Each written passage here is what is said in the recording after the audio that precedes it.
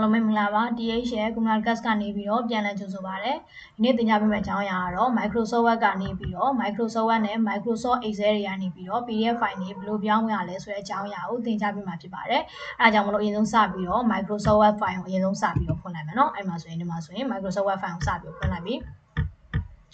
ဒါဆိုရင်ဒါ Microsoft Word file เนาะအဲ့ဒါကိုအရင်ဆုံးစပြီးတော့ Microsoft Word ကိုဖွင့်ပြီးသွားတဲ့အချိန်မှာ PDF file ပြောင်းတော့မယ်ကွာစာရီပါရိုက်ပြီးသွားပြီပေါ့နော်ကိုလုတ်ထားတဲ့ file ကို PDF file ပြောင်းနိုင်မယ်ဆိုရင်ဒီမှာဆိုရင် file လေးကိုသွားရမယ် file တက်အောက်ကိုသွားနော်ဒီမှာ file တက်ရှိတယ်အဲ့ file တက်ကိုတစ်ချက်ကလစ်မယ်တစ်ချက်ကလစ်ပြီးသွားလို့ရှိရင်ဒီမှာ save as ဆိုတာရှိတယ်เนาะ save as ဆိုတာရှိတယ်အဲ့ save as ဆိုတာအထဲမှာဒီဘာရှင်းမြင့်သွားတဲ့နောက် Microsoft Word တွေဆိုလို့ရှိရင်တော့ဒီ browse ဆိုတဲ့ button လေးကိုတစ်ချက်နှိပ်ပြရတယ်ပေါ့နော်အရင်တော့ဘာရှင်းနေတော့ကြတော့ဒီ save as ကိုနှိပ်လိုက်ပြီဆိုတော့တော့ Windows box က auto တက်လာပြီဒါဒီ browse ကိုနှိပ်ပေးစရာမလိုဘူးဒီမှာ browse ကိုတစ်ချက်နှိပ်ပြပေးမယ် browse ကိုနှိပ်ပြီးသွားလို့ရှိရင်ဒီမှာ Windows box တက်လာပြီအဲ့တော့မှသူကဘယ် user ဘယ် file ပတ်လက်ညောင်းမှာသွားပြီး save မှာလဲအဲ့မှာဒီမှာ save as type ဆိုတာ file name ဆိုတာရှိတယ်ပြီးလို့ရှိရင် save as type ဆိုတာရှိတယ် file name ဆိုတာရှိတယ်ပြီးလို့ရှိရင် save as type ဆိုတာရှိတယ်အဲ့ file save as type ဆိုတဲ့နေရာမှာဒီမှာအဲ့ save as type နေရာဘေးကဒီမှာမြားကောင်းလေးရှိတယ်နော်အဲ့မြားကောင်းလေးတစ်ချက်နှိပ်လိုက်မယ်နှိပ်ပြီးတော့လို့ရှိရင်ဒီမှာအထဲမှာ PDF ဆိုတာကိုရွေးပြရမယ် PDF ဆိုတာကိုရွေးလိုက်မယ်ရွေးပြီးတော့လို့ရှိရင်ဒီမှာဆိုလို့ရှိရင်ကွာဒီ file name နေရာမှာကွာဘယ်နာမည်နဲ့ save ပြင်လာတယ်ဒီမှာဆိုရင် ChatGPT ဆိုတာကြတော့ဒီ Microsoft Word မှာပေးထားတဲ့နာမည်တိုင်းသွားတက်နေတာပေါ့နော်အဲ့ဒီနာမည်တိုင်းဆက်ပေးမှာလည်းမရှိရင်ကွာကိုတခြားနာမည်ပြောင်းမှာပေါ့နော်ဒီမှာ ChatGPT PDF ဆိုပြီးတော့ပြောင်းလိုက်မယ်နော်အဲ့မှာဆိုရင် PDF လို့ပြောင်းမယ်ပြီးတော့လို့ရှိရင်ဒီမှာဆိုရင်ဒီမှာ file ပတ်လက်ညောင်းပြန်ရွေးရဒီ file ပတ်လက်ညောင်းတော့ဘာမှသွားပြီးတော့ save လုပ်မှလည်း user ဒီမှာသူ့မှာသွားပြီး auto save နေညာ user ရဲ့အောက်က user ရဲ့အောက်မှာရှိတယ် desktop ရှိတယ် desktop ထဲမှာ basic ဆိုတဲ့ folder ထဲမှာသွားပြီး save မှာလာတယ်ပြော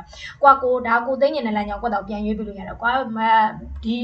desktop ပေါ်မှာ save လုပ်မှာမဟုတ်ဘူးဟို Windows partition ဒီအောက်မှာသွားပြီး save လုပ်တဲ့ခြင်းနဲ့ဆိုလို့ရှိရင်ဒီမှာ Windows partition ဒီအောက်ကိုသွားပြီးတော့ save လုပ်ရတယ်အဲ့ဒီအောက်မှာကိုကြိုက်တဲ့ folder ပေါ့နော်ကိုစောက်ထားတဲ့ folder ထဲသွားပြီး save လုပ်လိုက်လို့ရတယ်ကွာတော့လောလောဆယ်ဒီအောက်မှာ save လုပ်မှာမဟုတ်တဲ့အတွက်ကြောင့်မလို့ကိုကပြန်သွားလိုက်မယ်နော်ဒီ desktop ပေါ်မှာရှိတဲ့ဒီ basic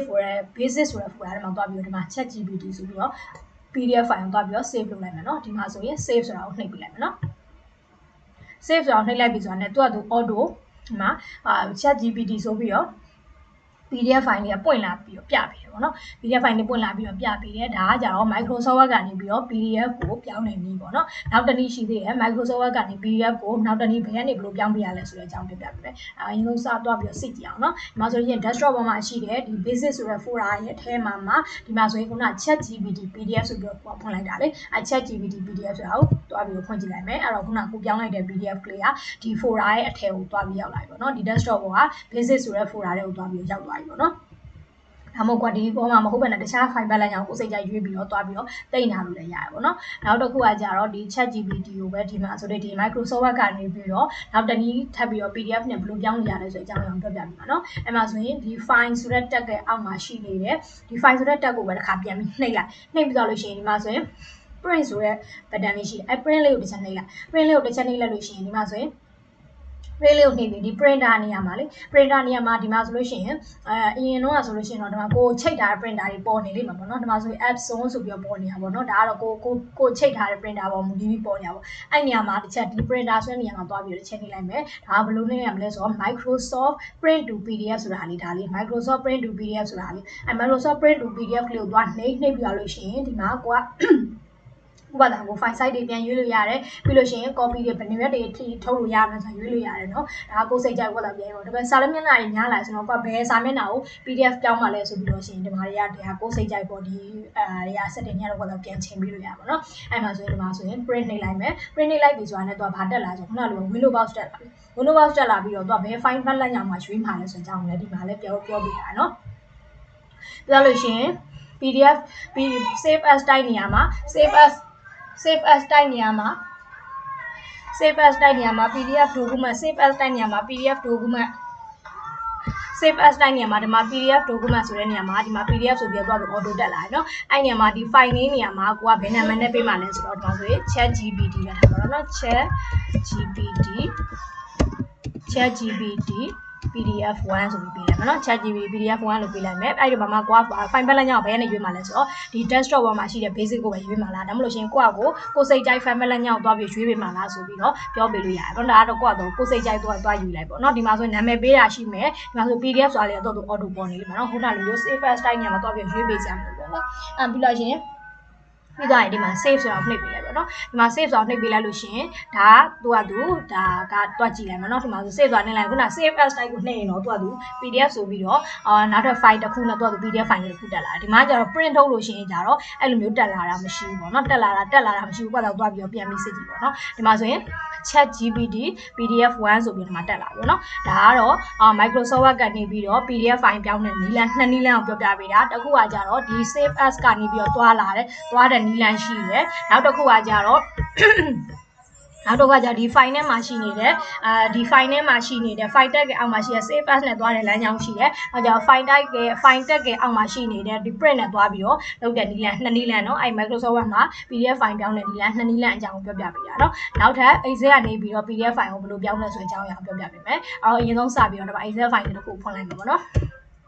Excel file လေးတစ်ခုဖွင့်လိုက်မယ်ဖွင့်ပြီးသားလို့ရှိရင်ဒီဟာကိုပဲ PDF file ပြောင်းမယ်ဆိုလို့ရှိရင်ဘယ်လိုလုပ်ရလဲဆိုတော့သူက Microsoft Word နဲ့တော့တွားပြီးဆင်နေဒါမှမဟုတ်နီးလန့်တော့မတူပါတော့နီးလန့်တနီးလန့်မတူတာပေါ့နော် file နဲ့ကနေမှဒီမှာ print ကိုတွားပြီးတော့နှိပ်လိုက်မယ် file နဲ့ print ကိုတွားပြီးနှိပ်လိုက်ပြီးလို့ရှိရင်ဒီမှာဆော့လို့ပဲ Microsoft Word မှာလို့ပဲဒီမှာဆိုရင် print die အောက်မှာရှိရဲ Microsoft print to PDF ဆိုတာရှိရဲ print to PDF ကလေးကိုတွားပြီးတော့နှိပ်ပေးရမှာပေါ့နော်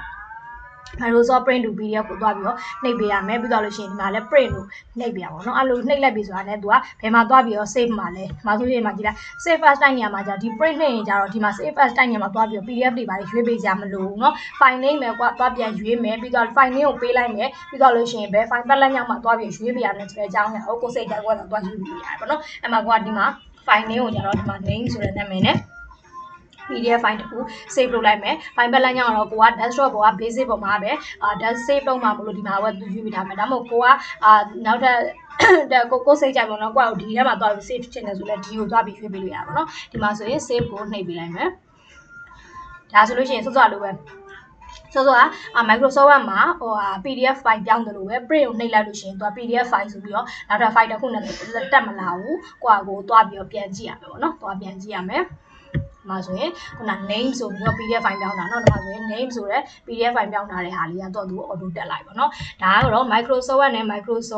Microsoft Excel မှာကြတော့ save as type ကနေပြီးတော့ PDF ပြောင်းလို့မရဘူး print ကနေပဲ PDF ပြောင်းလို့ရတယ်print ကနေကြတော့ဘယ် print ရလဲဆိုတော့ဒီမှာဆိုလို့ရှိရင် file ထဲမှာ file tag ရဲ့အောက်မှာရှိနေတဲ့ဒီ print ကနေပြီးတော့ပဲ PDF ပြောင်းလို့ရမယ် print ကနေပဲ PDF ပြောင်းလို့ရမယ်နောက်နီလန်တစ်ခုကကြတော့ဒီ file tag ရဲ့အောက်မှာပဲရှိရเนาะဒီ file tag ရဲ့အောက်မှာဒီမှာဆိုရင် save as နဲ့တွားsave as ထဲမှာ browse ကိုနှိပ်လိုက်မယ်ပေါ့နော်အဲ့မှာဆိုလို့ရှိရင် save as type ရှိရယ် save as type ထဲမှာဒီမှာ PDF ဆိုတာရှိတယ်အဲ့ PDF ဆိုတာတွားရွေးပြီးလို့ရှိရင်ဒီမှာဆိုလို့ရှိရင်လည်းတွားပြီးတော့ပြန်ပြီးပြောင်းပြီးလို့ရတယ်ပေါ့နော်ဒီမှာဆိုလို့ရှိရင် name PDF ဆိုပြီးပေးလိုက်မယ် name ကိုပြန်ပြောင်းမယ် name PDF လို့ပေးမယ်ပေးပြီးသွားလို့ရှိရင်ဒီမှာ file ပတ်လမ်းကြောင်းလဲကိုဒါ